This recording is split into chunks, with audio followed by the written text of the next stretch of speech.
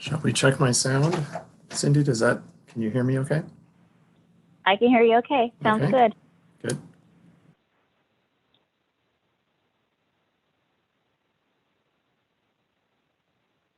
Okay, we are now recording and we are live.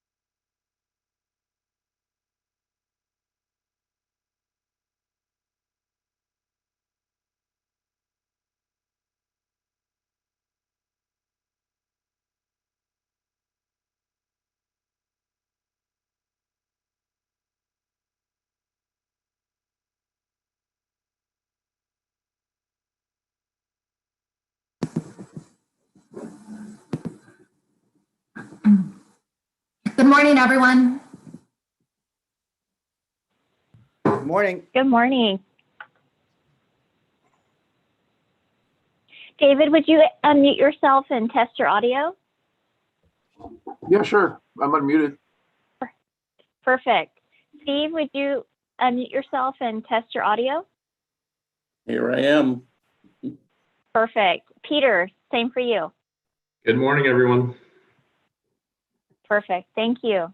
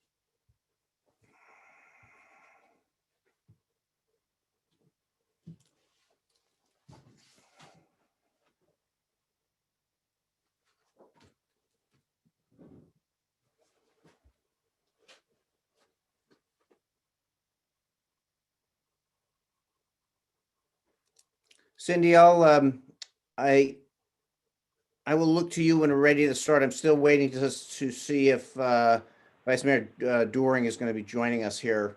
We'll give it another minute or two, unless somebody has heard different.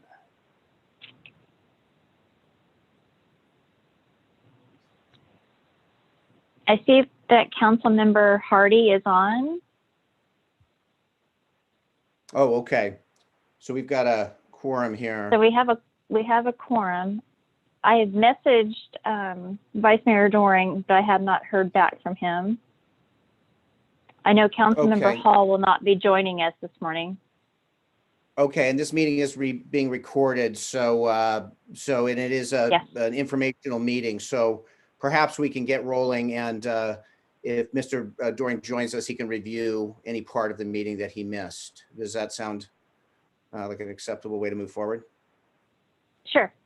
Okay, very good.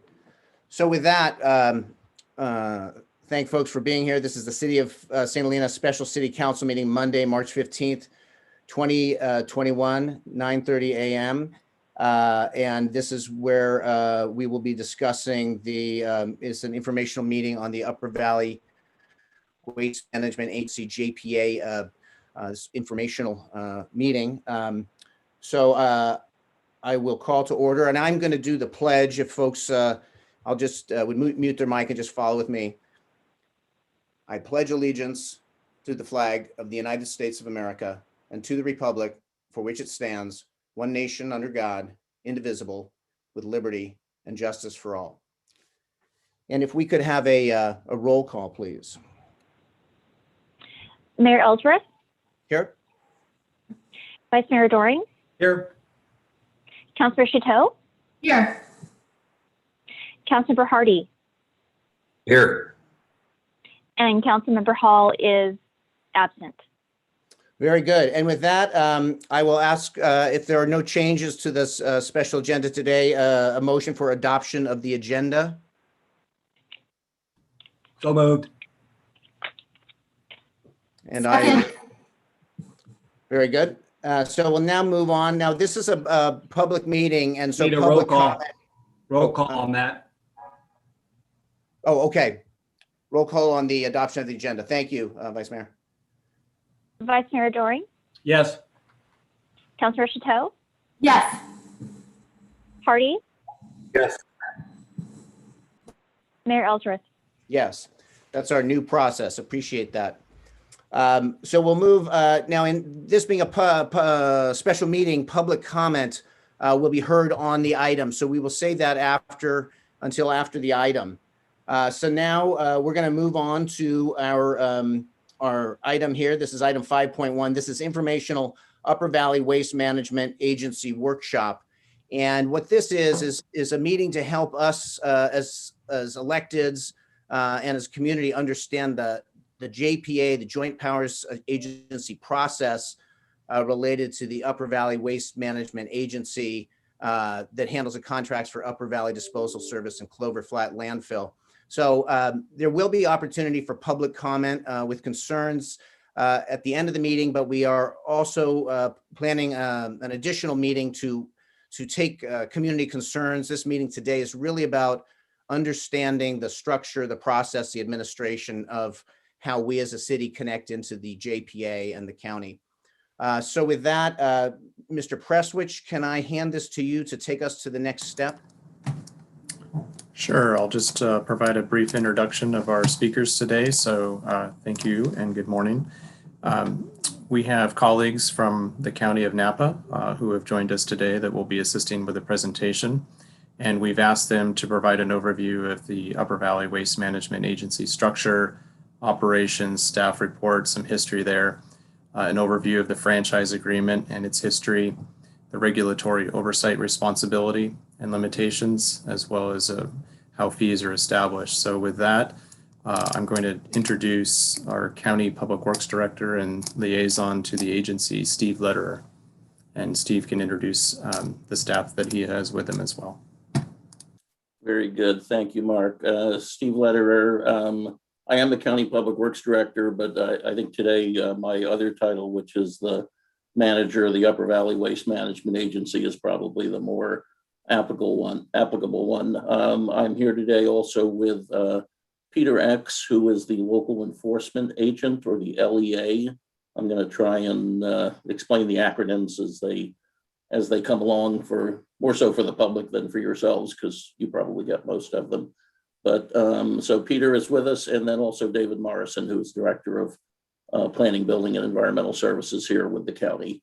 So I'm going to talk a little bit about the history and the structure of UVA and UVDS and what the differences between the two acronyms are.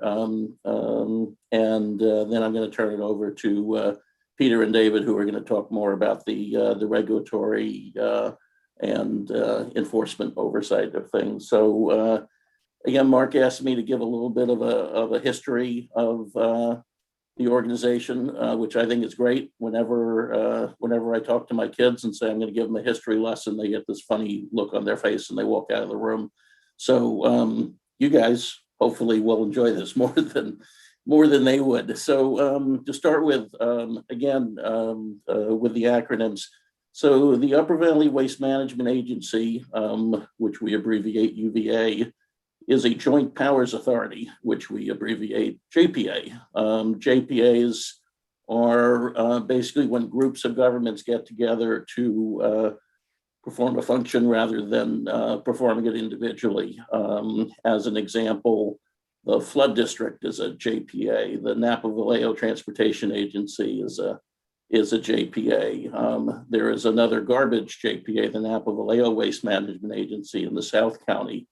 So all of these are places where governments get together to provide a service, oversight of a service jointly rather than doing it individually.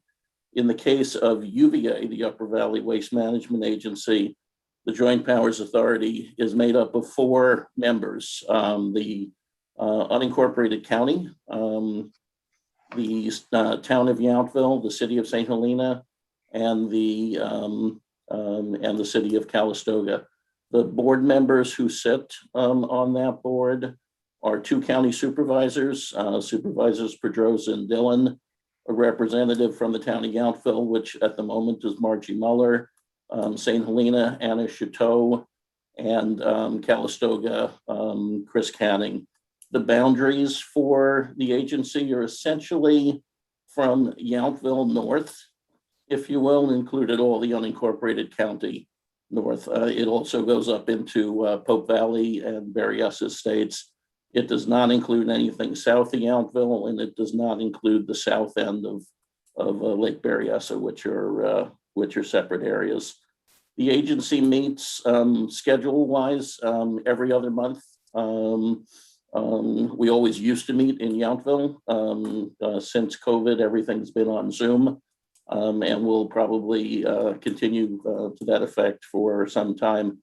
So generally, we meet the 3rd Mondays of every other month at 1:30 in the afternoon. As I mentioned, it's on Zoom so that anyone can look in from anywhere. We often do get members of the public. Interestingly enough, when we met in person, we never got members of the public, but now that we're on Zoom, we often do. So again, probably something we'll figure out how to continue to do because it's been beneficial to public participation. The agency itself is tiny. We run a budget of about $300,000 a year, and the only staff are myself and part-time, if you will. When I'm not being Public Works Director, I'm the manager of the agency. We have a recycling specialist by the name of Amanda Griffiths, who works the vast majority of her time is spent on UVA. And then we do have outside counsel, a gentleman by the name of Gary Bell, who is from a firm in Sacramento who represents the agency under contract. The mission of the agency is also fairly narrow. The agency was established to set rates for the Upper Valley, both the collection of garbage and disposal through Clover Flat. Before the agency came along, there was not a single rate setting agency. So for instance, the rates somebody might pay in Yountville might be very different than when someone was paying in St. Helena. So one of the key missions, as I said, is setting rates. the other key mission of the agency, and when I get to the little history, you'll see why. But there are various commitments is the wrong term, requirements that the state puts on individual jurisdictions in terms of having a recycling program, that a certain percentage of waste has to be diverted. More recently, those laws, and they are laws, they're not just suggestions, laws about having to have a compost program, for instance, and if a particular jurisdiction fails to do that, there are very significant fines that will follow from the state, something on the order of $10,000 a day at its worst. So, so the agency's, again, one of the key responsibilities of the agency is to establish those programs locally, make sure they're happening, gather the data and report to the state on an annual basis, which we're required to do to confirm that that all of those members, the county and the 3 individual cities, including St. Helena, are actually meeting those requirements. That's actually why, for instance, the city of St. Helena doesn't have solid waste people on their staff. It's because this function has been essentially farmed out to the JPA. I mentioned that the agency establishes rates.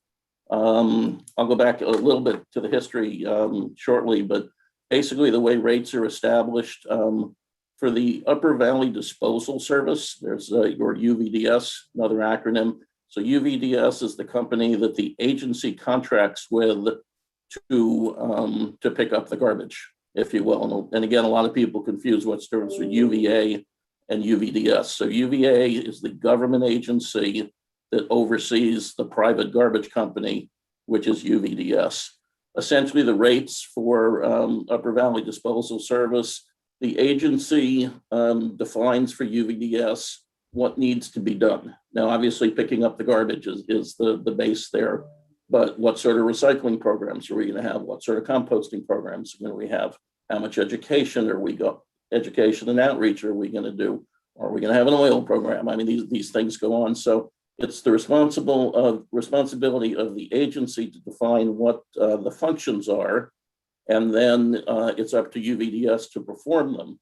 UVDS basically tells us, and it's not this simple because the documents we get are really thick and they're audited by third parties and whatever, but effectively UVDS tells us how much that's going to cost to perform those services.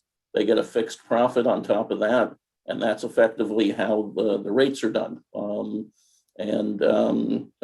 Up to now, it's all been done on an annual basis, and in a sense, it will continue to be done on an annual basis going forward. So basically, your rates are a function of what programs we tell them to do, how much those cost, percentage on top of that, divided by our 6,000 customers. Of course, there's commercial and residential, so the math isn't that simple. But effectively, the customers pay for those programs, and that's how the UVDS rates are established. Over at Clover Flat, which is the landfill, many years ago, we actually established a base rate at the landfill, and that rate simply changes by CPI each year, by Consumer Price Index. So the UVDS rate is essentially a calculated rate based on what's happening each year. The Clover Flat rate is a CPI. So going back into the history now, if you will, prior to 1990, there was no JPA, there was no franchise agreement. Essentially, any garbage company that wanted to could come to town and sell their services and charge whatever they wanted. That level of sort of free-for-all was really, frankly, was going away at that point anyway for a competitive reason, effectively UVDS, because of the services they were providing, which were well beyond what anyone else was able to provide. UVDS pretty much won that competition, if you will. I mean, they were the garbage company because effectively they were providing better service, and they won the competitive battle, if you will. But come 1990, actually I'll start 1989 was the first year that the state passed a law about recycling, AB 930. It was called AB 939, still well referred to today. It was basically the law that said every jurisdiction had to, by a certain year, and I forget what that year was, it's long since passed, recycle at least 50% of their waste, or you're going to get fined $10,000 a day. The other thing that was happening right around that time was that there was a real or perceived crisis in landfill space. Most of you are too young, but maybe you've seen the pictures of the garbage barges that left New York City back in, I think it was in 1989 or 1990. It was around that period of time where there were these garbage barges. They left New York City and they couldn't find a landfill. And they literally floated around the East Coast for like 6 months, of course, with the newspapers and the press taking pictures of them all along the way. And that was really the symbol of, oh my God, where is all this waste going to go? Napa County had a landfill. Actually, at the time, we had 2 landfills within our borders. One was the American Canyon landfill, which was problematical at best and was in the process of being closed. And the other was the Clover Flat landfill. And the governments here at the time were like, we have our own landfill. We need to figure out how to get some control over, and it was privately owned. But the governments wanted some control over that landfill and ensure that that landfill stayed and was available to us for as long as possible, so that we didn't become like some of those other jurisdictions were like, we don't know where our garbage is going to go. On top of that, at about the same time, there were hazardous waste laws being passed that potentially made it very expensive if, for instance, an operator abandoned a landfill. And this happened in many places across the country, where an operator would either go broke or simply take their money and leave, and the jurisdiction that had the landfill within it would become responsible for cleaning up and closing that landfill. The Superfund law had just come into effect. Basically, any community that had sent a piece of garbage to a landfill became the responsible party for cleaning up that landfill. So essentially, the governments of Napa County were looking at all those things and said, first off, do we want to have to meet AB 939 individually? Well, no, that didn't make any sense. Why don't we get together as a group and do that together? Secondly was, well, what are we going to do essentially to have some sort of control over the landfill, even though it's privately owned, but to make sure that that it's available to us, that we control the pricing to it, et cetera. So in 1993, the Joint Powers Authority was formed. And like I said, this JPA, the UVA, was designed for the Up Valley. And that was primarily because that matched where UVDS and Clover Flat were operating. So essentially the UVA matched the boundaries of where the Upper Valley garbage programs were working. South of Yountville, the city of Napa had its own program. American Canyon had its own program. There was an area of unincorporated south of Yountville, which the county ended up managing individually. And then again, I mentioned there was this American Canyon landfill, which was essentially being abandoned, and the South County jurisdictions needed to put something in place to close and manage that landfill, and then to move their garbage from Napa to someplace. Ultimately, they decided to do what is today the Devlin Road Transfer Station. So here in the Up Valley, garbage is collected and primarily sent to Clover Flat. In the South County, garbage is collected, taken to the Devlin Road Transfer Station, transferred from the short haul trucks that pick it up to long haul trucks, which take it to, I believe, Keller Canyon, if I'm not mistaken, is currently where South County waste goes to. Back in the 90s, actually, the economics of it were a little different. They actually put the garbage on rail and it went up to the state of Washington for disposal. I have no idea how that was cheaper than doing something locally, but apparently it was at the time. So anyway, I digress. This is why my children get that funny face and walk out of the room. So 1993, the three Up Valley cities and the unincorporated county north of Yountville get together and form the Upper Valley Waste Management Agency, the JPA. The JPA takes a couple years to get itself organized, and in 1995, they do their first contract with Upper Valley Disposal Service and Clover Flat. So 1995 are the first franchise agreements that put Upper Valley Disposal Service, which was an entirely independent company, and the Clover Flat landfill, privately owned, under, if you will, government control.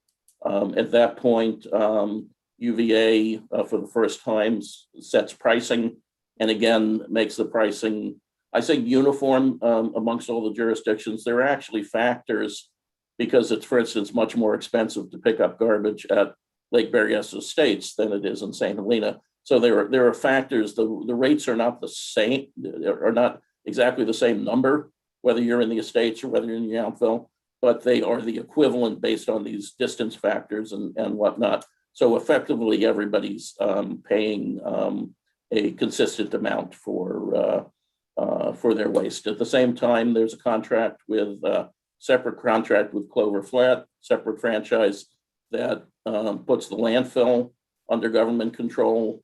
Now, when I say control, these are still private. They're still private companies. They still operate, with the autonomy, if you will, of a private company. But there are now certain governmental rules that they need to follow. So the franchises are first established in 1995. In 2007, the franchises are reviewed. There are a couple of things that drove that. One of the big things was the company came to us and said, hey, our customers are interested in construction and demolition debris recycling. So think about when you knock down a house, you end up with a pile of wood, and you end up with a pile of concrete, and you end up with a pile of metal and a pile of copper wire and all of that. Back in the old days, when you knocked down a house, it went into what's called a debris box. That debris box, that all went into the landfill because that's the way it was. But the company said, hey, our customers are interested in C&D, construction demolition debris. Is there something we can do? And as part of the revision of the contracts in 2007, the agency committed some money to this C&D facility, and the company committed a significant amount of their own money to creating the C&D facility. And that was also at the same time, as part of that contract, we also locked in the future rates for Clover Flat so that it would just be a CPI increase beyond that. If anything else happened at the landfill, those expenses would be the responsibility of the company, and not the ratepayer. So in 2007, the franchise agreements were re-upped. Again, if you will, the ratepayers and the agency, what did we get out of that? We got the C&D facility. We got fixed rates at Clover Flat. We also extended the length of the contract at Clover Flat at that point. If I'm not mistaken, at that point, the Clover Flat contract was going to expire in 2021, which I'm sure in 1995, 2021 sounded like a really long time away. By 2007, it didn't, and the board still very much wanted to make sure that Clover Flat would be available to the county. So the contract was extended at that time, I believe, to 2031, if I'm not mistaken. Come 2017, 2018, actually primarily driven by the two members on the board from St. Helena and Yountville. The franchise contracts were now, over 20 years old. They were due for being updated. The UVDS contract had been modified a number of times over the years. So with the Clover Flat. So an effort was put into place to revise the contracts. This was a voluntary effort on both sides because the company had no obligation to come to the table and revise the contracts. They had contracts that were good for many, many years, but both sides came to the table to, one, make the contract simpler, and two, just really make a lot of updates to them. Part of the benefits the agency got at that point were the addition of franchise fees, which will come to each individual jurisdiction. So currently, the contract end dates, the Upper Valley Disposal Service contract, the UVDS contract, is what's known as a 15-year evergreen contract, meaning that it's 15 years from today, but next year, if the board can either decide we're not going to renew that, meaning that the contract will then end 15 years from then, or the board can do nothing, meaning that another year is added to the contract. So it's a 15-year rolling contract. So that contract currently would expire in 2036. The reason that the board does that kind of contract is normally near the end of a contract, there is no desire for the company to invest into future assets. Who's going to buy a garbage truck 3 years before your contract is going to expire? And then you're not going to be able to amortize the cost on that. So there was desire for the company to continue to invest in improved technology, more fuel efficient, greenhouse gas efficient, quieter, et cetera. So that's why the quote unquote evergreen concept was adopted. There are many other jurisdictions that do evergreens. There are many other jurisdictions that don't. There are some contracts that are simply 15-year contracts and all the equipment is bought at the end.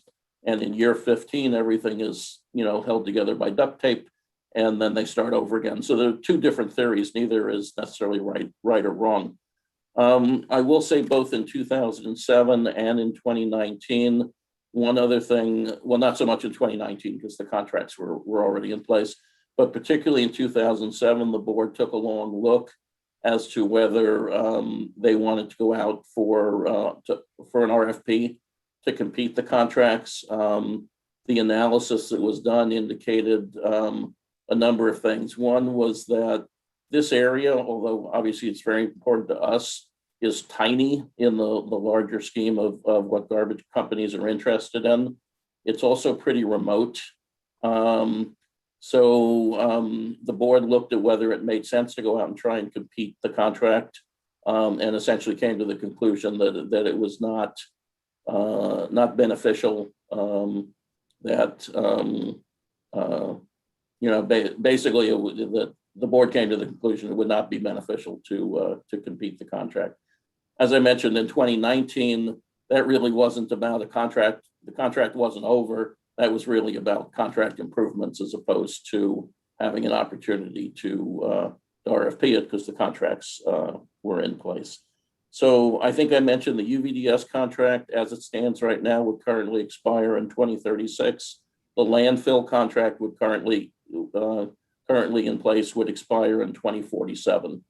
And that 2047 date is essentially based on how much space is left in the landfill. In theory, in 2047, the landfill will be full. In reality, that's probably not true because it's based on some conservative assumptions as to how much waste was going to go to the landfill every year. And frankly, with the C&D facility and now with the composting, the amount of waste that goes to the garbage, actually it is basically just garbage that goes to the landfill, and that amount has been decreasing each year. In communities that are growing greatly, sometimes the amount of population will drive the number up, even though the efficiency is driving it down. Frankly, the Up Valley hasn't changed all that much over the years, so really the net efficiency plus the recycling and the composting programs, the amount of garbage that goes in each year is actually a little less.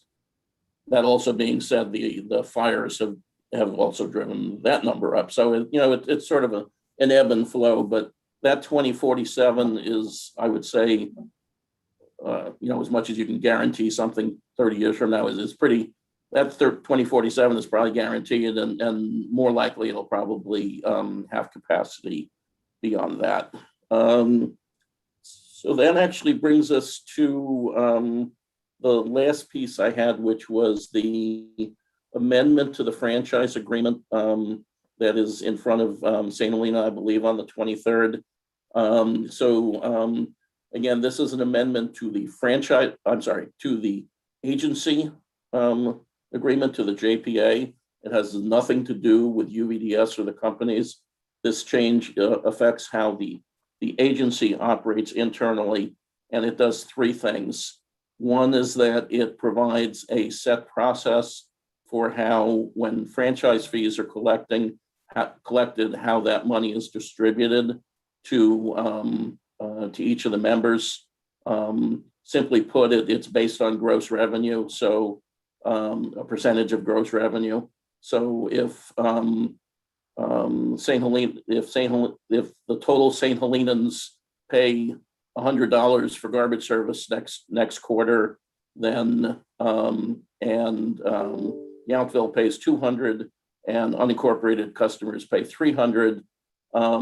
That money, a percentage of that money is split up. You get 10% of your share, Yountville gets 10% of their share, the unincorporated county gets 10% of our share. 10% is the ultimate number, the franchise fee. The franchise fee itself is actually being phased in. So it's 2.5% this coming fiscal year, and then 6%, and then eventually the 10%. So I hope it didn't confuse anyone there. But basically the change to the agreement just basically lays out that process. Franchise fees come in, they get split by percentage, and they get sent to each of the members. The second thing that the amendment does is it allows the UVA to work with the 4 members to implement the SB 1383 organics regulations. It's something we've been doing in principle or in fact for the last year or two while those regulations were being written. But this just specifically puts it into the JPA agreement so that if anyone questions whether the JPA agreement can in fact do that for all 4 agencies, it's just clear in the agreement that we can. And then the last thing it does is that it clarifies where the agency gets funded from. I mentioned the total budget for the agency is about $300,000 a year. In the past, we have been getting that money by having a surcharge on the tip fee at the landfill, which was a little challenging only because landfill volumes do sort of go up and down each year a little bit. And we've moved that money from the landfill and we've just put it into the UVDS rates as a percentage of the UVDS rates. So it's the same amount of money, except instead of running it through the CFL contract, we're running it through the UVDS contract. So that's what the Fifth Amendment to the JPA agreement does. Like I mentioned, that in no way affects the UVDS contracts, the franchise contracts. Those are a separate thing. So with that, I'm assuming we'll do all the questions at the end. I'm going to turn it over to Peter and David to talk about the regulatory piece. You noticed when I mentioned UVA and the various things we did, regulatory oversight is not one of the things that UVA does. And that's where we bring in Peter and David. So I will pass the baton. Thank you. Thank you, Steve. Good morning, everyone. So I'm joining you today to kind of give a little bit of an overview of what's called the local enforcement agency, which, in general is responsible for all solid waste facilities within Napa County. A little bit of background. I've been in the LEA program about 5 years now, managing the day-to-day operations for about the past 2 years. The LEA is an authorized agent of the state agency CalRecycle. So we are audited annually by CalRecycle, basically to make sure that we're doing our job.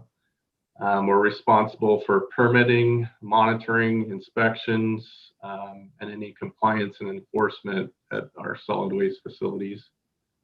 That includes anything from composting to transfer facilities, landfills, closed landfills, illegal landfills. And in general, we're enforcing what's called the state minimum standards. So there's different standards for various types of facilities. That includes everything from training to landfill operations to composting practices, equipment maintenance, employee health and safety, public health and safety at the facilities, traffic. And we're at these facilities, specifically for this meeting, Upper Valley Disposal composting site and Clover Flat. We do monthly inspections. We do joint inspections occasionally with the Regional Water Board and other agencies as needed. Basically, in terms of Clover Flat and Upper Valley composting, they're basically operated per what's called their solid waste facility permit. That's kind of their overarching permit, which specifies things like how many tons per year they can accept, maximum vehicles per day, operating hours, and any specific conditions or terms. Beyond that, they have what's called a report of facility information or report of composting site information.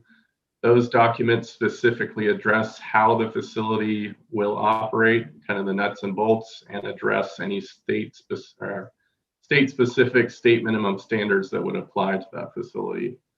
So again, it's going to vary. Clover Flat, for example, has landfill gas systems, different types of groundwater monitoring,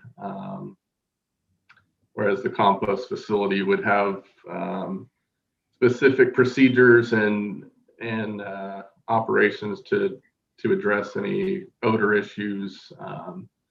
And specifically, they have what's called an odor impact minimization plan that's part of their report of facility information that kind of outlines potential sources of odors, how they would address those odors, kind of a best management practice type of document. It's helpful for the LEAs when there are issues that we can specifically to refer to that document for enforcement purposes. And then I thought I would quickly clarify, there's been some complaints regarding Upper Valley compost facility and Upper Valley recycling facility. Just to clarify, the LEA has oversight of the compost facility. We do not have oversight of the recycling facility at this time. That would be a planning function right now, so they would operate per their planning approvals. In terms of the compliance at this point, both facilities are in full compliance with the LEA. They have been for over the past year now with 0 violations. Once their new management team took over, both sites drastically improved in terms of site management, daily operations. They've made significant improvements to their operations and their infrastructure at both facilities.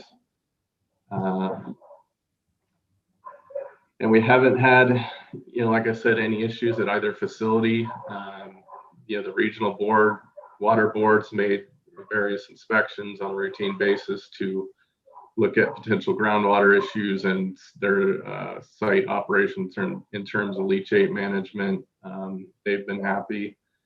So the only kind of outstanding issue at this point, and David will probably touch on it more, is the coming major use permit modification. And as far as the LEA is concerned, I think there's 2 major requests that would trigger solid waste facility permit revision.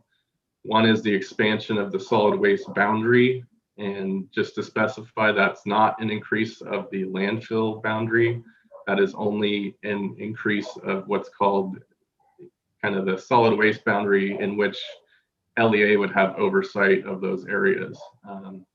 The other thing they're requesting is public operating hours on Mondays. Currently, they're closed to the public on Mondays.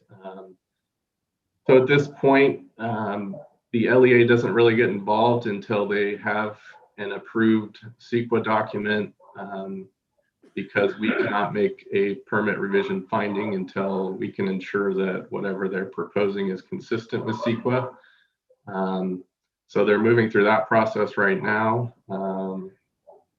And I think that's kind of the quickest overview I can give of the LEA program and how it relates to these particular facilities. And David, I'll turn it over to you for some more use permit information. Thank you, Peter. So just one quick note. When Peter and I have our LEA hats on, we report to Min Tran, who's the LEA officer for Napa County. We don't report to the Board of Supervisors because, again, the LEA works under the direct authority of Cal Recycle. So in that respect, we're agents of the state rather than agents of the county. There are a number of instances where we wear multiple hats depending on which regulatory agency we're working for or under. Same thing with my environmental health staff. At times they're my staff, at times they're staff for Health and Human Services, at times they're staff for State Department of Public Health. So, but Peter's already covered the LEA pretty well. With regards to use permits, the land use permitting function of the county, and here we are wearing our county hats. The Upper Valley site was approved in 1993 or so. It went through its last revision in 2018. In 2018, it was approved to do three things: build a 15,000 square foot building to enclose the composting area, construct a natural gas refueling pump to replace the diesel fleet, and increase the amount of food material from around 2,000 tons to 4,500 tons per year without increasing the overall tonnage. That's in response to legislation upcoming where we have to divert up to 25% of the food waste away from the waste stream into recycling or other types of programs. That's going to be a huge effort for not only Napa County, but all jurisdictions throughout the state. 25% is a large number to reach, and that's something that both St. Helena and other jurisdictions are going to be hearing much more about in the coming years as that program starts to become fully effective. With regards to Clover Flat, Clover Flat is first permitted back in 1962, I think. It's been around for almost 60 years now, under use permit. As Peter said, it's under a pending major modification to its use permit right now.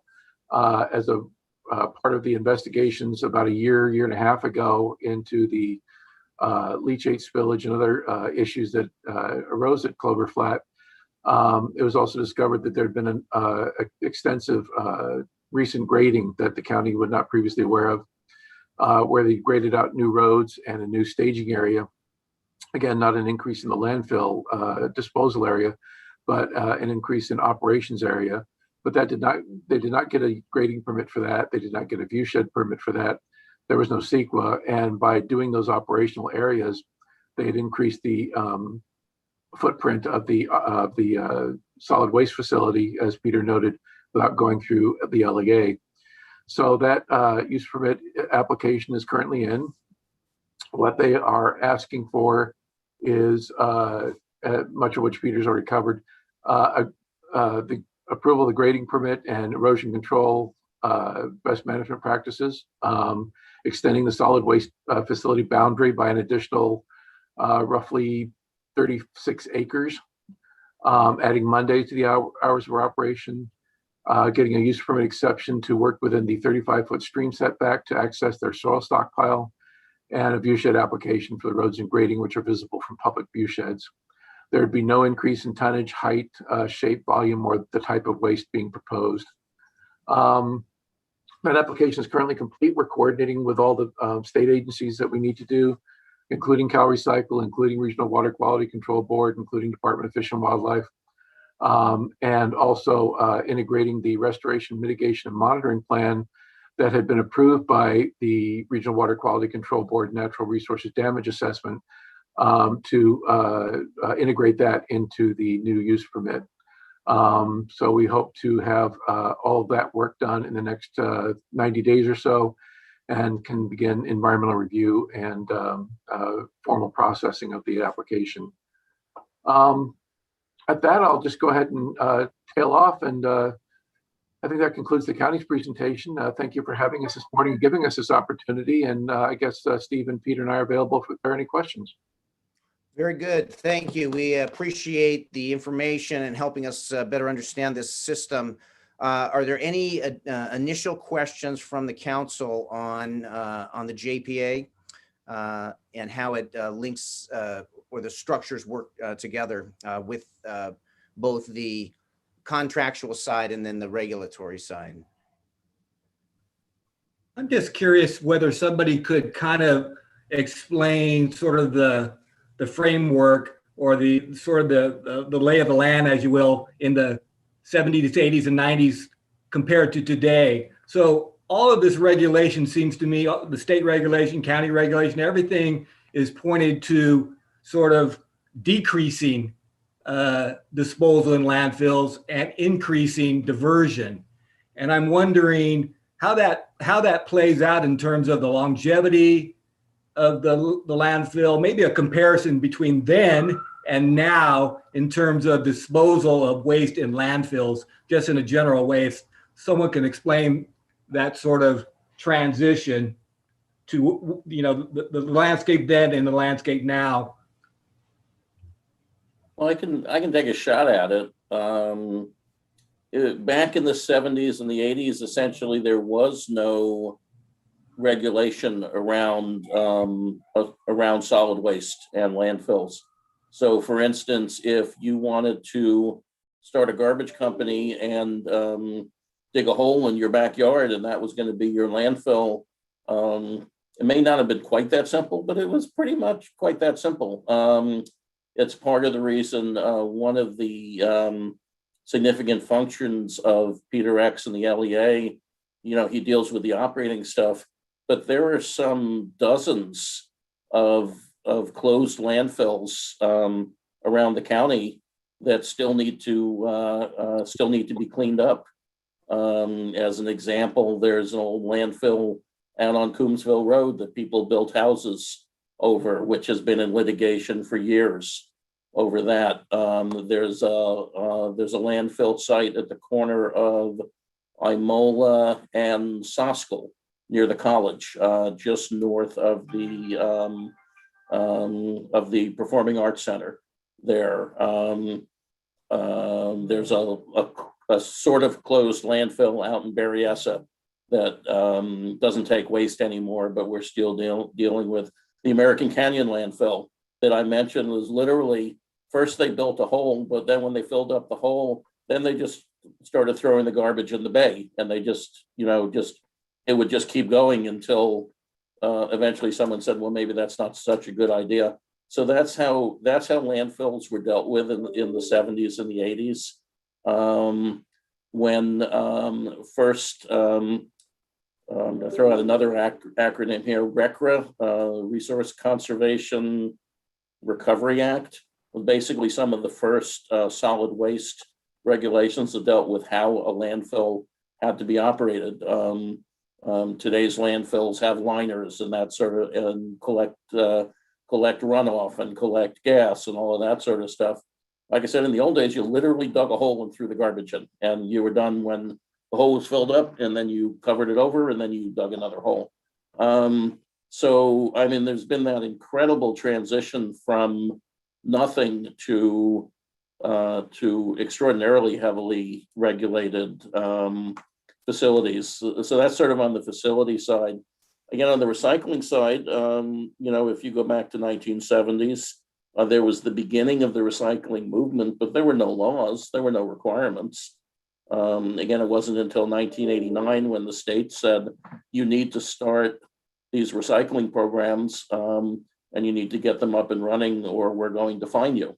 And that went from bottles and cans, and that's all it was at the time, to essentially a peak a few years ago where a lot of stuff that was being collected for recycling was really just getting put on a boat and sent to China and converted into something, but we don't really know what.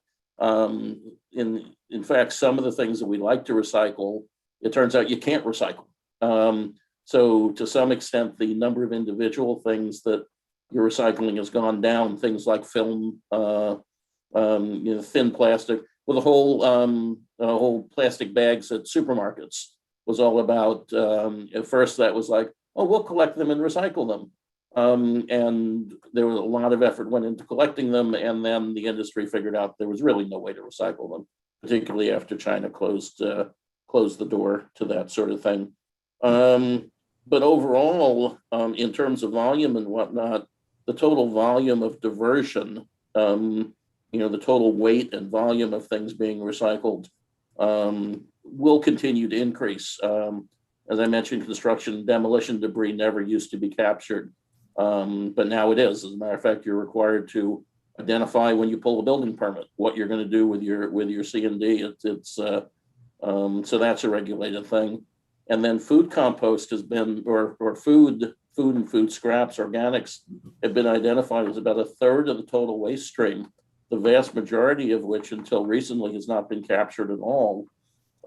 So in the future, if you can capture all of that, and of course, we're never going to get all of it, but that's another big chunk that will come out of the waste stream. It will also actually make landfills better in the future because it's the organics that basically carry liquids that create the methane gas and whatnot that needs to be captured. So the fewer organics that go into a landfill in the future will actually make landfills easier to manage. That being said, there are programs in cities that adopt quote unquote zero waste policies. And that's really all about maximizing diversion and minimizing stuff that goes to the landfill. But I don't see a practical period in my lifetime, or probably my grandchildren's lifetime, where we truly have no waste. I mean, there's always going to be, I think in our reasonable lifetimes, there's always going to be something. Just to add what Steve said there, really, and I agree with it, there was no regulation essentially throughout up until the 70s or even the 80s. In Yolo County, where we had a central landfill, there was a lot of burn dumps. You just take it out and pile it up and burn it, or you'd bury it in some hole in the ground or some canyon. I think what we saw, that as the environmental consequences of waste management became more well known, and we saw water pollution and groundwater pollution and air pollution and toxic materials, the amount of regulation significantly increased in the last 30 or 40 years. As a result, the cost of operating a landfill significantly increased to comply with all these regulations. As landfills got more and more expensive, it became more and more important to try and minimize the use of the landfills because they were expensive to develop or expand. And so diversion became more important to extend the life of the landfill. I think in the last few years, a secondary reason for increasing diversion is greenhouse gas emissions. About 15 to 20% or so of the county's greenhouse gas emissions, and that's similar to other jurisdictions, come from landfill emissions. So that's part of the reason why food waste diversion is such an important issue, because as Steve pointed out, the methane and off-gassing is a contributor to climate change. And so that's another factor that's driving the increase in diversion. So yeah, I agree with Council Member Doring. It's been been a radical shift over the last 30, 40 years for a lot of different reasons. And just to follow up on that, and whoever wants to take this, I'm particularly concerned about how the state and how the local jurisdictions are responding to climate change and fire risk.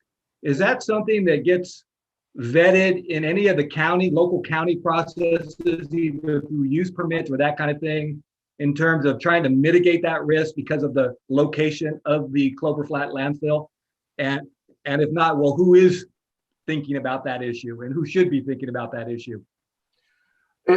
Absolutely, it's an important issue. It's important for two reasons. One, Clover Flat obviously is located in a high fire hazard area, but secondarily, Clover Flat has been the major recipient of all the organic waste. There have been tens of thousands of trees that have died in the last 4 years, where we've had 4 separate major wildfire events.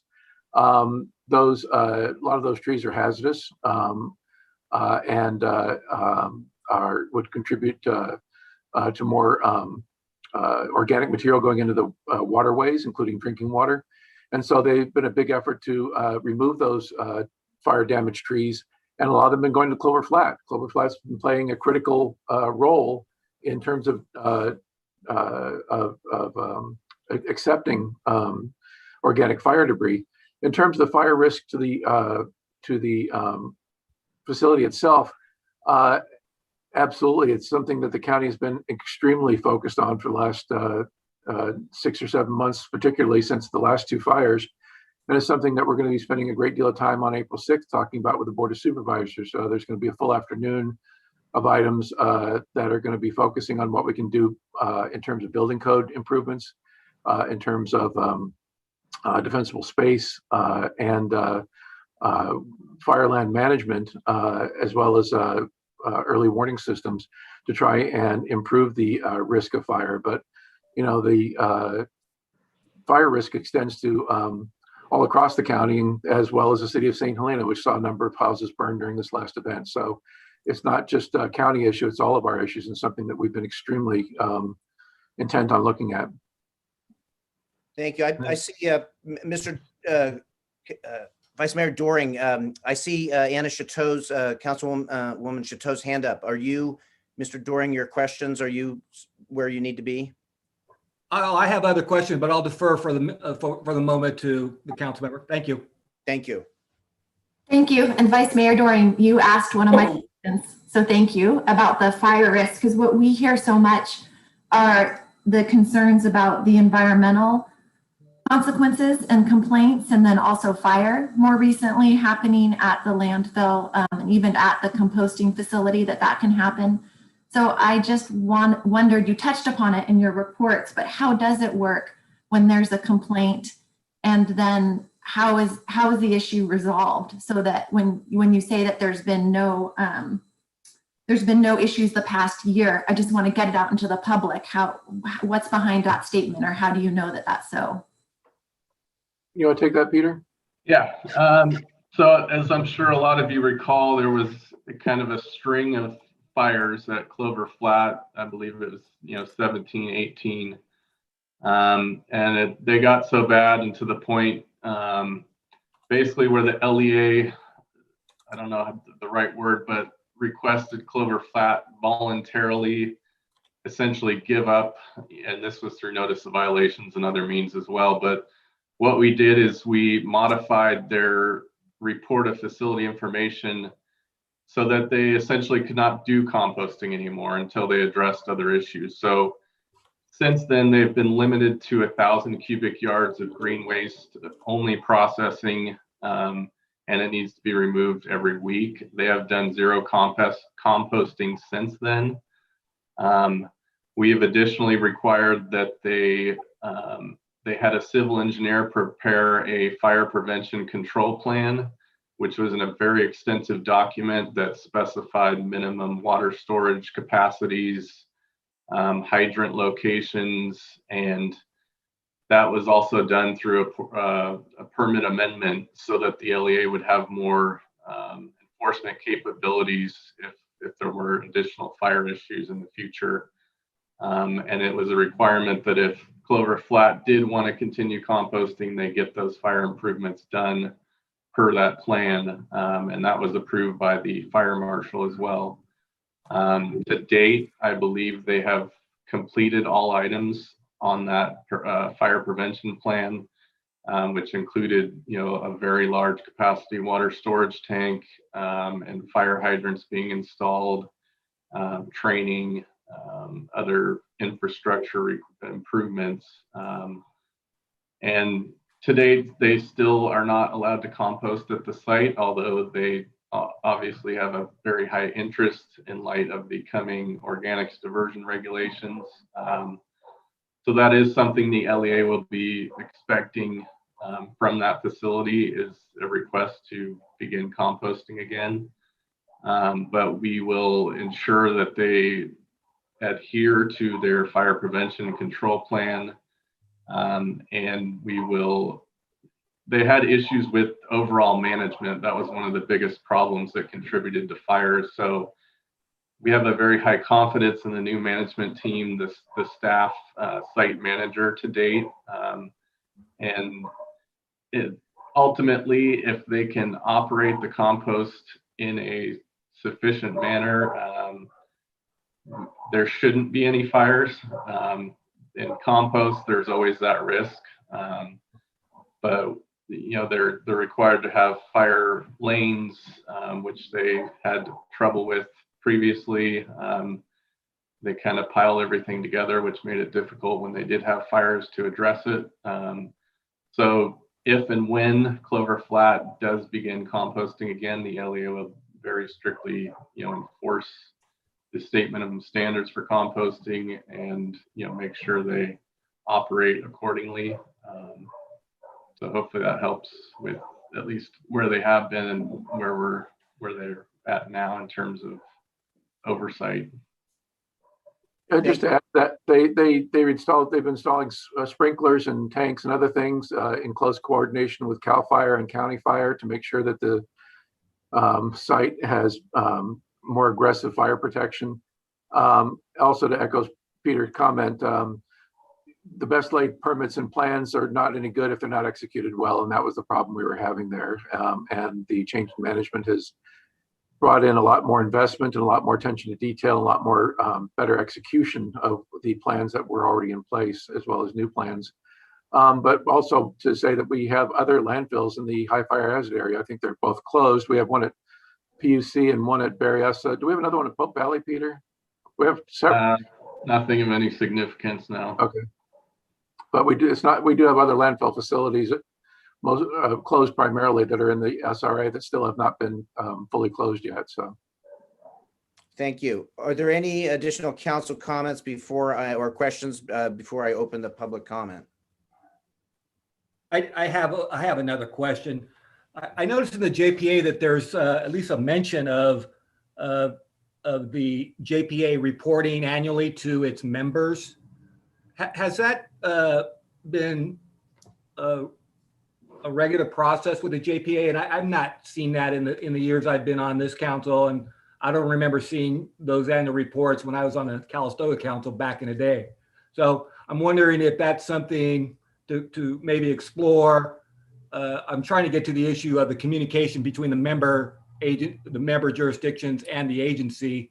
That I think communication is going to help us sort of resolve some of these lingering issues. So I want to speak to that. And then just the protocols. I haven't seen your bylaws. I assume they're online, but do the bylaws speak to sort of the protocols in terms of how the directors impart information from their fellow jurisdictions or councils, and how they then use that information on the board? Is there anything there addressed on that issue? Paul, this is Steve. I'll just say no. There's not been a formal report provided by the agency to the members, and to each of the members. We've always relied. Well, I can't say always. I've been there 14 years, but 14 years I've been there, we've relied on the individual members keeping their councils and board of supervisors up to date. I know that at the board of supervisors, there's always an agenda item for committee reports and announcements of board members talk about the different committees they're on, and that's how that update I know is done at the board. Honestly, I don't know how it's done at the cities. I just kind of assumed it was something similar. Thank you. I'm seeing Councilmember Hardy's hand up. Thank you, Mayor Ellsworth. I have a question, actually. I think best addressed to the city attorney. I'm wondering, Mr. Walsh, if you can tell us what the city's options are for terminating its contract or contracts with either the landfill or Upper Valley Disposal Service? Sure. So we don't have, as Mr. Lederer was kind of outlining, we don't have a contract directly with either one of those entities. The JPA that's formed is essentially a separate body that was formed in order to kind of consolidate this for all the members. So they are the contracting agency with both Clover Flat and with UVDS, and so they have an agreement directly with those groups. So we don't have the authority. We're a member of the JPA through the agreement with them. In order to sort of extract ourselves from the JPA, there's a process that's laid out in the JPA that would require us to enter into an agreement with them that would have to be negotiated over a period of time. And then as I read the JPA, it said that we would still be bound by those franchise agreements in the event that we were no longer part of the JPA. And that's pretty typical when you have a joint powers authority that's entering into long-term contracts with another entity. They need that certainty on both sides to make sure that that the body that's contracting isn't going to just fall apart or dissemble and no longer be able to meet its obligations. So that's the process that's in place for that. So just to be sure that I understand, although there is a process by which the city could leave the JPA, that doesn't allow the city simply to unilaterally terminate its participation in the contracts. No, not as I read the JPA agreement. Thank you. Thank you. Are there any additional questions from council at this point? And if seeing none, I'm going to open it for public comment or questions. So Priya or Cindy, are you watching the?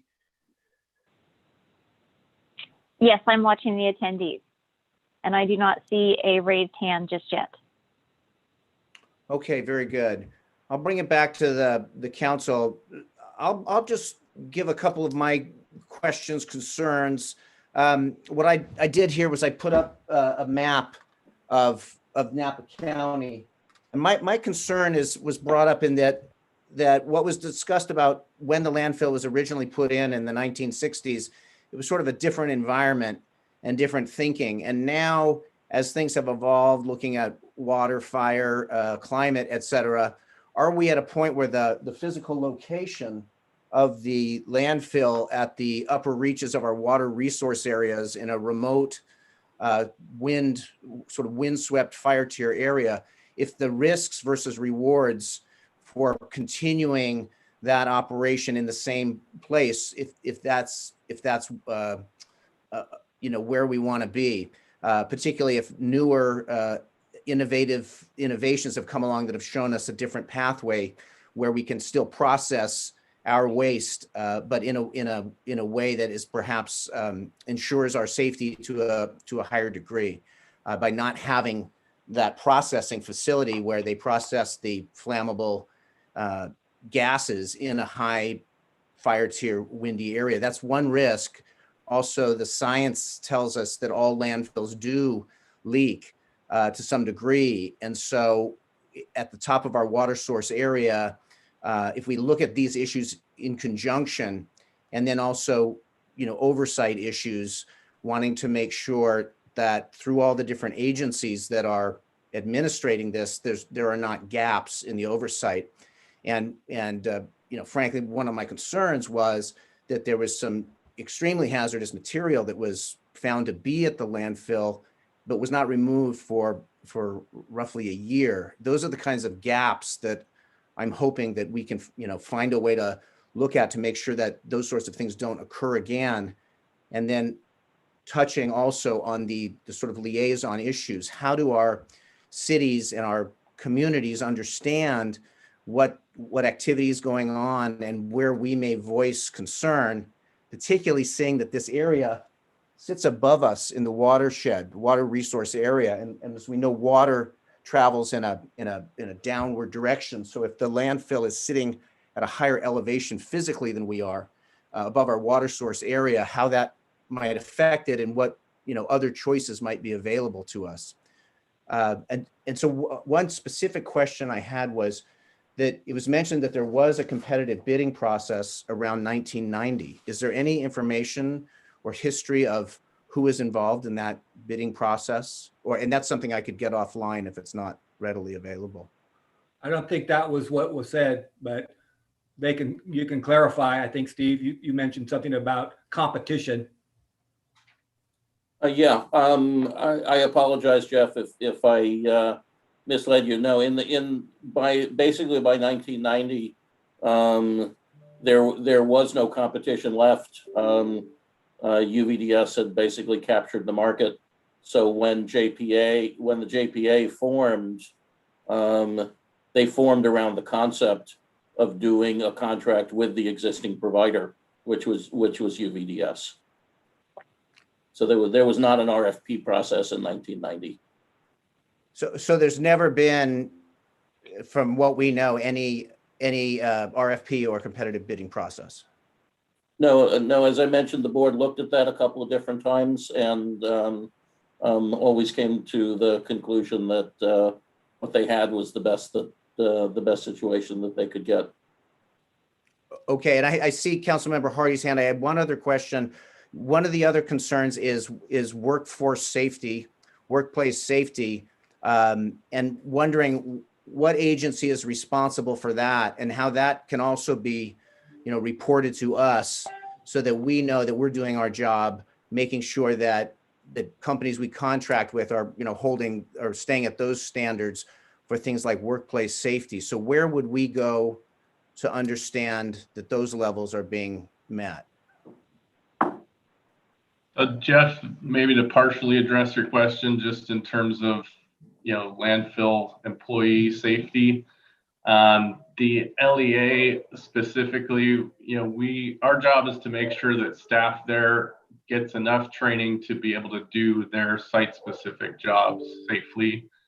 And overall, OSHA would probably be involved if there was a complaint. In terms of another agency for employee health, but so we're looking at training records. They do bi-weekly or monthly. Other trainings involve heat safety, fire safety, sexual harassment. So they kind of cover the general basis of employee health and safety. If that kind of helps answer your question. And does that extend to the Whitehall Lane facility as well, or just Clover Flat in terms of? I believe you mentioned LEA doesn't become involved in the recycling aspect. So does Whitehall Lane fall under your purview? Any part of that? Just the composting facility.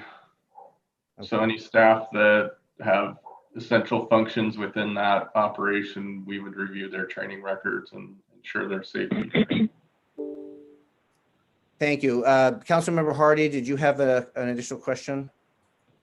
Well, I have a couple of follow-up questions, but I can wait if you have more questions yourself. No, I'm good. I'm good right now. Thank you. Well, then I would like to circle back to the subject of hazardous waste, and I think the reference is to the containers that were purchased, I guess, as used containers by the landfill and were later found to have radioactive material. Eric, is there anything you can tell us about regulatory oversight with respect to hazardous materials generally and the incident involving the container with radioactive waste? You said Eric. Who were you directing that to? Excuse me, to Peter. Peter, yeah. Just real quick, I'll let Peter elaborate, but just to, so as not to create any misconceptions. When we talk about containers of hazardous waste, we're not talking about plutonium or uranium. We're not talking about spent nuclear fuel rods. We're talking about containment tanks that had been previously used, I believe, in Texas or somewhere in the Midwest for fracking. and that as a result of the fracking had very, very low levels of radioactivity associated with them. They're brought in by the Clover Flat landfill to contain leachate to keep it from going into the water system. And immediately, as soon as the radioactivity was discovered, the use of the tanks was ceased, and the leachate was required to be hauled off to a disposable facility outside the county, and the tanks removed. But I'll let Peter go ahead and expand upon that.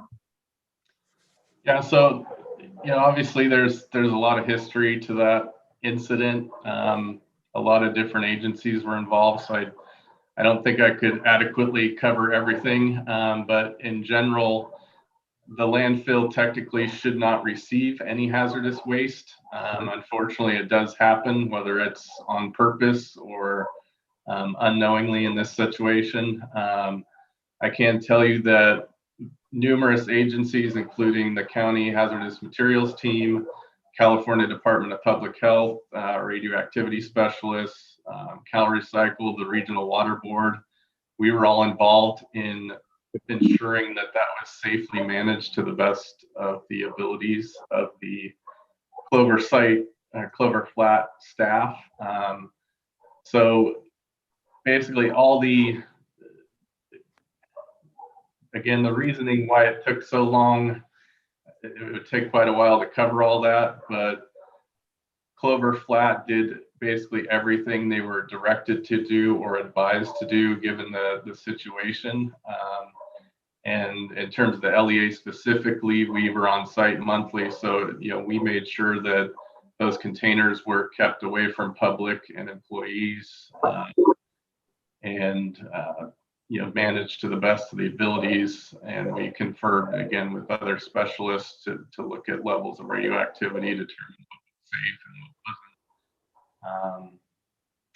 If that's a little helpful, but again, to go over that entire scenario would take quite a while to cover all that. And again, could have been avoided with just better management by never bringing the tanks there in the first place. But Councilmember Hardy, did you have any follow-up on that? And then I have a comment on that as well. Well, I have a follow-up on the hazardous materials question, then one other. But on the used tanks that came in from Texas, my understanding, Director Morrison, is that the radioactivity detected was a result of using those tanks for storage connected with fracking. Was that water then that's a byproduct of the fracking process? What do we know what was in the tanks other than that it was associated with fracking? I don't know. Do you know, Peter? It's my understanding there was a residual sludge material in the tanks, and at some point when the facility was dealing with leachate issues, they decided to fill some of those tanks with collected stormwater and leachate, and which point it became diluted. But it was a residual sludge within the tanks that came from wherever those frac tanks were used. And Yeah, this is Lester. If I could just jump in for a sec, I believe the tanks came from North Dakota, one of the Dakotas actually, rather than from Texas. But Peter's right. The tanks were used in fracking, and one of the things that happens in fracking is that low levels of naturally occurring radioactivity are pumped up as part of the fracking process, and then will sometimes settle at the bottom of the tanks. In the Dakotas, frankly, just about anywhere but California, those levels are so low that they're not even regulated. If those tanks had simply stayed where they were, you could open the valve and dumped it on, well, I don't know if you could have dumped it on the ground because of the other chemicals, but they were not even regulated as radioactive material. When they got here, they didn't become more radioactive. They just, they ran into California law. And early on, actually, the California Department of Public Health, which oversees these, were like, we don't even know if we want to regulate these. So that actually some of the delay in getting rid of them was the back and forth between public health deciding what they even wanted to do with it.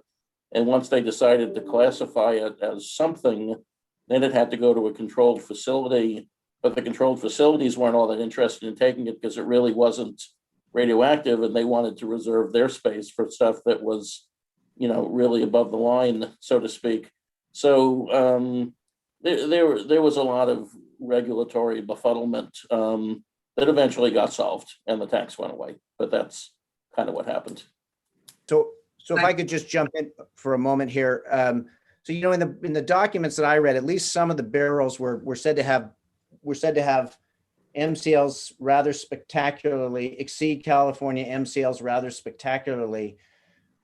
I know that there were some folks that were tested for radiation sickness. I know at least one person was hospitalized. My concern is that, do we have a process in place that makes sure that this kind of thing can never happen again? But also I'm concerned about the proximity to which those tanks were stored in this remote high fire area, in an area where they're also processing, and I don't know how far away in terms of yards or meters, that material was kept from the processing area where the highly flammable landfill gases are processed. I worry about things like earthquakes. I worry about things like other incidents like the glass fire pushing through if we don't have an oversight process that recognizes hazardous material. And I understand the bureaucratic or the administrative challenge of moving and operating, but it was a year, and I'm very concerned that it was not prioritized. And so that's a concern of mine. I'm seeing Councilmember Chateau. Thank you, Mayor Ellsworth. I'm just trying to get a handle on how dangerous the level of radioactivity was that was in there. I'm hearing different things. It sounds like the regulatory body from the state was saying they weren't even sure if they needed to regulate it or not. Yet then I'm hearing from Mayor Ellsworth that one person was hospitalized. Am I confusing those things, or do you have any way of telling just the average person how dangerous that level of radioactivity was that was in the tanks, or some way to compare it with something so that it makes more sense? Yeah, I can speak to that. Thank you. I will say, when it was discovered, well, in terms of a process to make sure that we don't buy contaminated tanks from North Dakota, again, I think that's pretty well drilled into everybody's system. I don't expect anyone will ever do that again. When it was discovered that there was this radioactivity issue, there were actually, I believe, 5 employees who had been in the area, all of whom were sent to the hospital for monitoring. All were released and returned to work. In terms of MCLs, I mean, Jeff, I have no idea where you're reading from. Spectacular is not a word that's generally used in any sort of engineering or regulatory document. But in terms of MCLs, I think of MCLs as drinking water level, and no one was going to be drinking this stuff. So I just, beyond that, I really can't respond to that, other than I used to build nuclear reactors for a living, I will say that. So I do have a little bit of experience with radioactivity. From the reports I read, probably the best way to explain this, each and every one of us, you don't have to, it doesn't really matter what the terms mean, but each and every one of us, just by being outside, being exposed to the sun, being exposed to the world, receives an average of about 100 millirems of radiation per year. Actually, if you live in Denver, you get like 200 millirems per year because you're closer to the sun, so to speak. So the people who are exposed here were at a maximum, and that was assumed they sat on the barrel and kind of hugged it for some period of time, would have received 1 to 2 additional millirems by that activity. So that's sort of the scale we're talking about. An X-ray is in the thousands of millirems, a single X-ray, for instance. So that's the best layman's kind of scale I can put it on, if that's helpful. Very, thank you.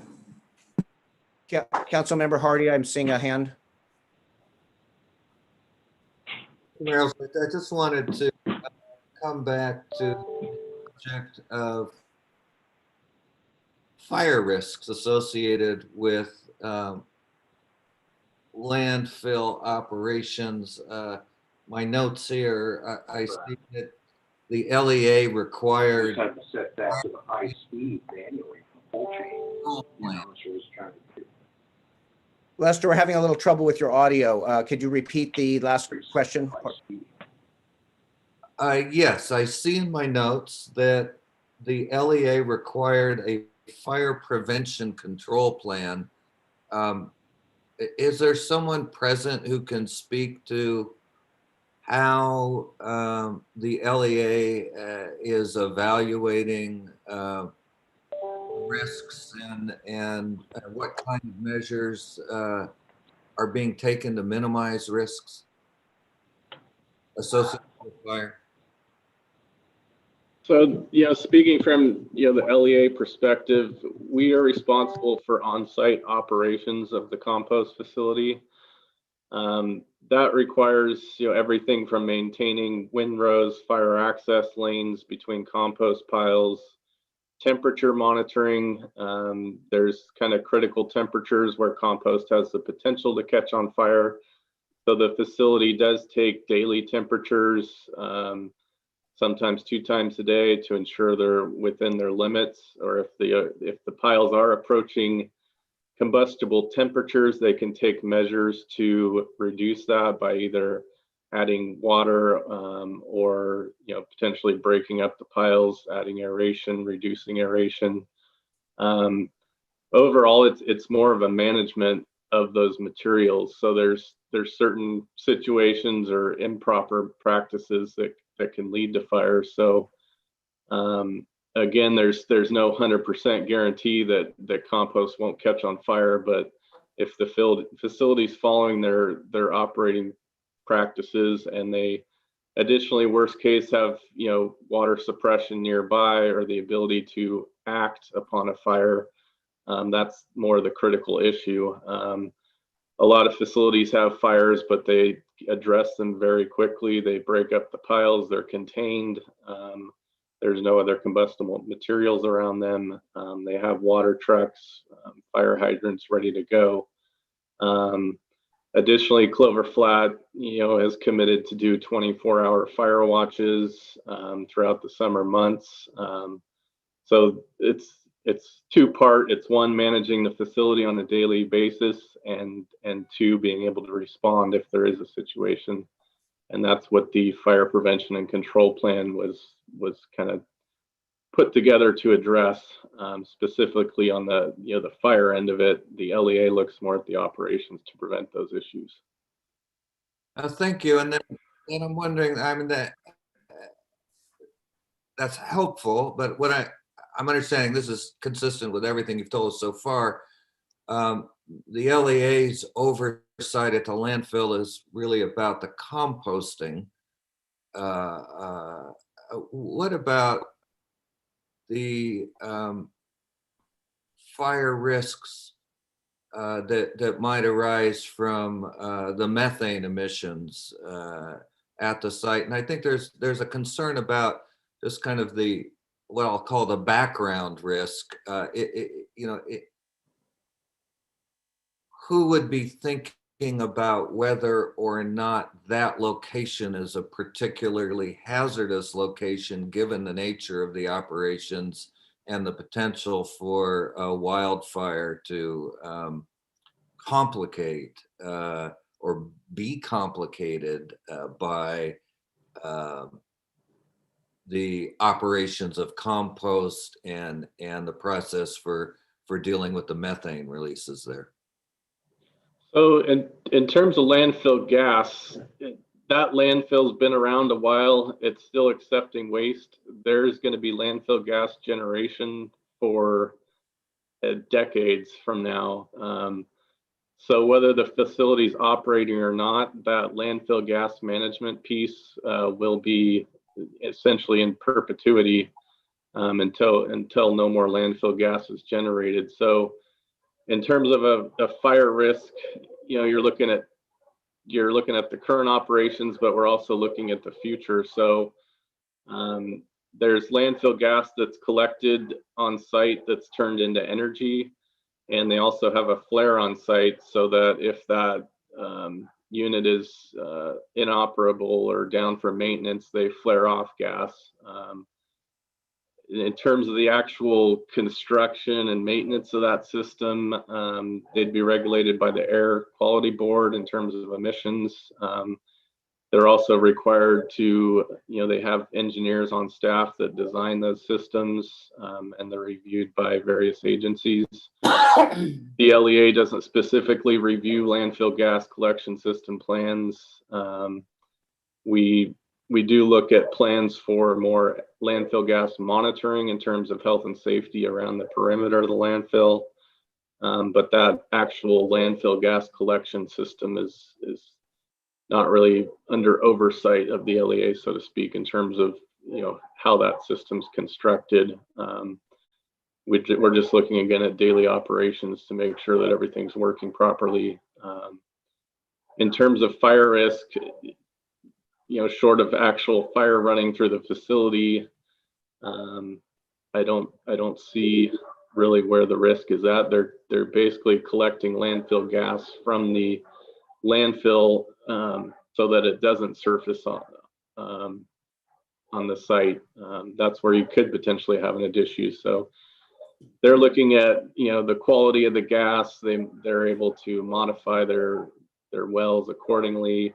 They're looking for potentially surface gases that are escaping, and there's different signs that the LEA has been trained to look for. They do surface monitoring, and there's different measures they can take to address issues should landfill gas be escaping, from the surface. So if the system's running properly, there shouldn't be that issue, but there are ways to detect and take into account if there are issues with landfill gas containment on site. I think Councilmember Hardy is asking also a larger question that's outside the purview of our group to be able to even begin to answer, in the sense of, is this the right location for a landfill? The same issue that Mayor Ellsworth also alluded to. I guess I'd have two comments on that. One is that we're not talking about risk or no risk. We're talking about continuum of risk. In 2017, during the LNU or during the North Napa Complex fire, following the loss of homes and businesses, we pulled out 75,000 tons of household hazardous waste from the fire. I dare say in the 2020 fires, we're going to pull out another 75,000 tons of household hazardous waste. That's all hazardous waste from the fire burn zone. So it's not as if we're talking about a question of there being no materials within a fire zone or the landfill. We're talking about the degree to which there's risk, not elimination of all risk. In terms of the closure of the landfill and relocation to a different site, or relocation to, I guess, an aggressive recycling center or something similar, I would just say that's a much bigger discussion, because it involves the other cities in town and county, the other franchise payers, because it's not a question of you just close the landfill and move over. As both Peter's indicated and as Steve had said earlier, Hidden Glen landfill was closed a long time ago out near Coombsville. The county, the city of Napa, and the waste company and the prior owner all have responsibility towards cleanup costs. When you talk about closure of a landfill, every entity that sent material into the landfill owns a part of that cleanup cost. So you don't just walk away and say that and wipe your hands and say we're done. And with Hidden Glen, even 20 years after the fact, we are still working with Cal Recycle and the city of Napa and others to enforce a closure plan, including gas monitoring and cleanup. So it is this is not to say that it's not an idea that shouldn't be discussed, but just that it's a significant cost that gets passed back to the ratepayers and is a cost shared by other entities, and is a much bigger discussion than I think that Peter and Steve and I can fully elaborate for you this morning. Yeah, I would just add that the closure of the landfill is one set of costs, but it's then also, what do you do with the waste? If X is gone, what's the new Y? Do you build a transfer station? Where would you build it?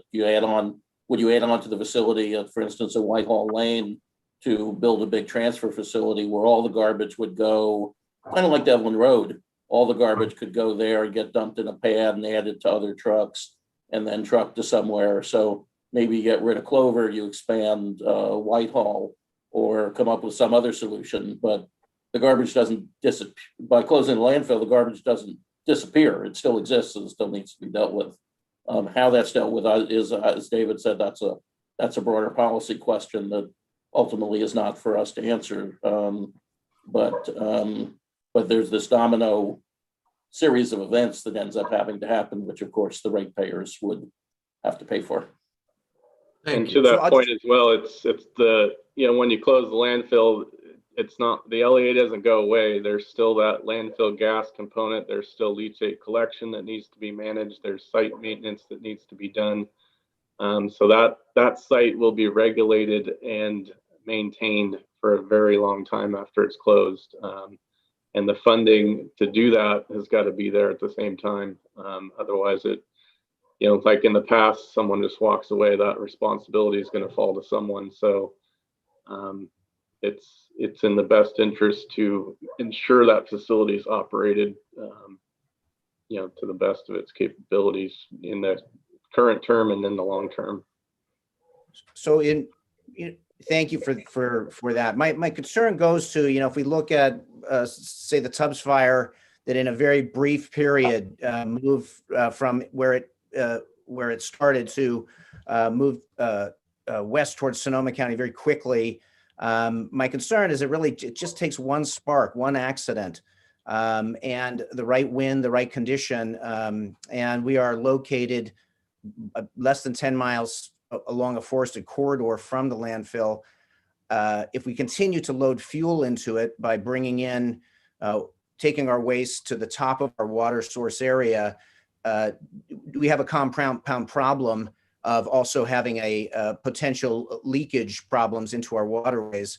Recognizing that indigenous tribes, folks, as history goes back, understood your water source area. You don't want to foul the upriver. And so if we look at projecting forward waste going upriver from us, are there new innovative techniques that give an economy of scale, perhaps working with a larger corporation, as we've seen other cities along the coast, finding a less sensitive area to put a landfill where the economies of scale can help with management and to reduce some of those climate risks associated with food waste, et cetera. I'm seeing Councilmember Chateau's hand. Oh, thank you, Mayor. But did you want to have your question answered? Well, I'm trying to, I guess what I'm hearing is that we have a number of different oversight components, but I'm not sure that anybody's bringing the compound issue together. And I guess that is my question is there a way that we can look at what happens cumulatively if we address this? I feel like we have an air quality issue that is being dealt separately, then a fire issue, then a water issue. But if we look at the comprehensive issue holistically, are we at a point that a discussion can happen about, is there a better way? That's where I'm trying to, and I'm not sure there is. I'm not saying there is, but I'm saying that I think we haven't really opened that question enough to see what we're hearing it from simply one company saying, this is the only way to do things. Are there other ways? And that's where I would like to sort of get to, not necessarily today, but just in general. Okay, So, Councilor Chateau. My question, since I am our representative on the JPA, my question to Mr. Letter is the JPA free to issue an RFP? I'm sorry, Anna, an RFP to do what? For working with a new provider, working with a new company. No. I mean, we have a contractual relationship with both of these entities. Now, there is a way to break a contract. I mean, there's always a way to break a contract, but the agency is in contract with these providers that have made financial investments in good faith based on those contracts. So beyond that, I don't want to try and be your lawyer, but the JPA has existing contracts with these companies. Thank you. I just wanted to make sure that was clear. And from my recollection, there was a breach of the contract a number of years ago.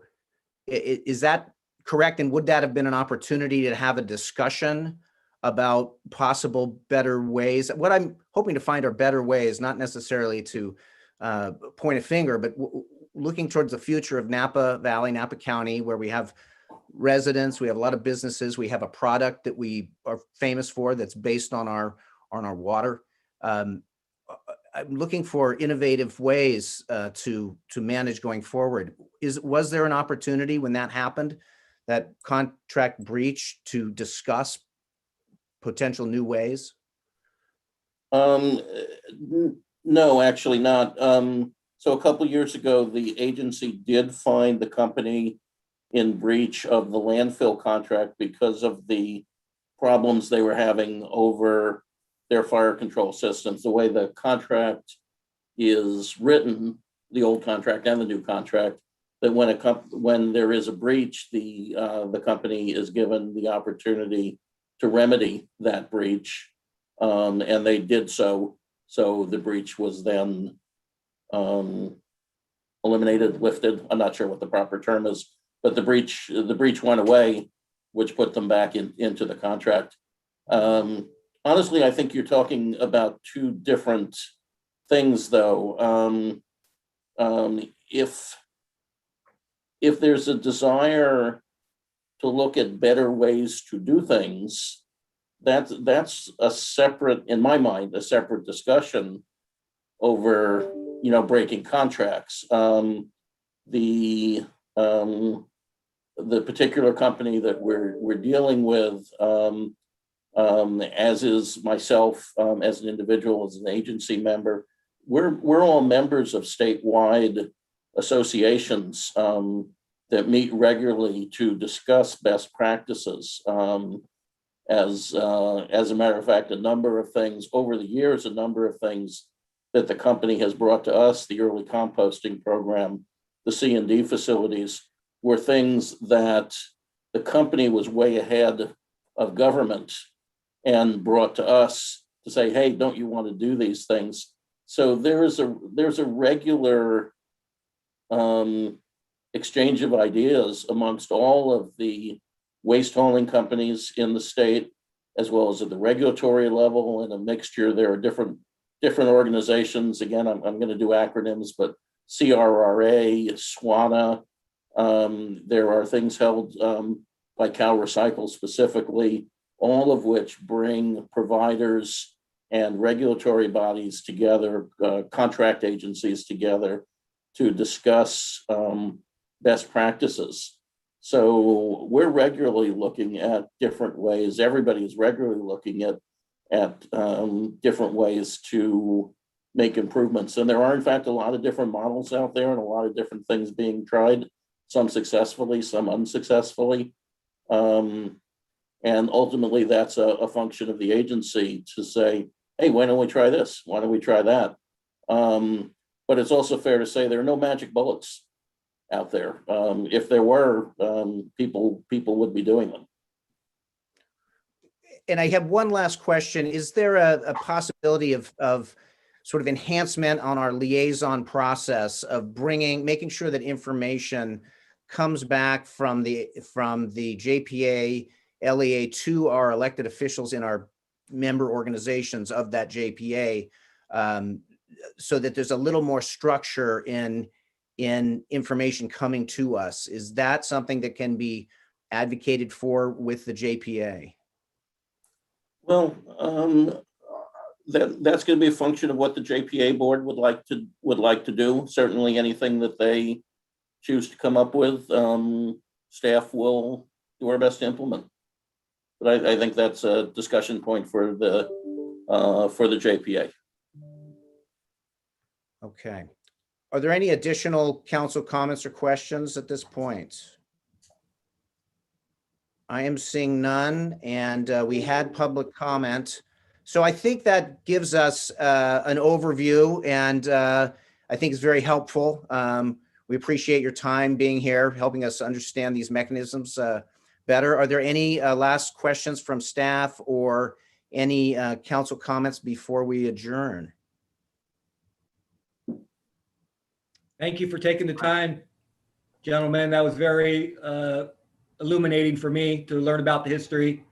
And I know we went a little bit over beyond your time, so I do appreciate you giving us that little time for us. Very, very good work. Thank Pleasure. you. Yeah. Very welcome. Yes, thanks. Very good. Well, thank you. With that, we will adjourn the meeting, and we appreciate your time here. Thank you. Thank you.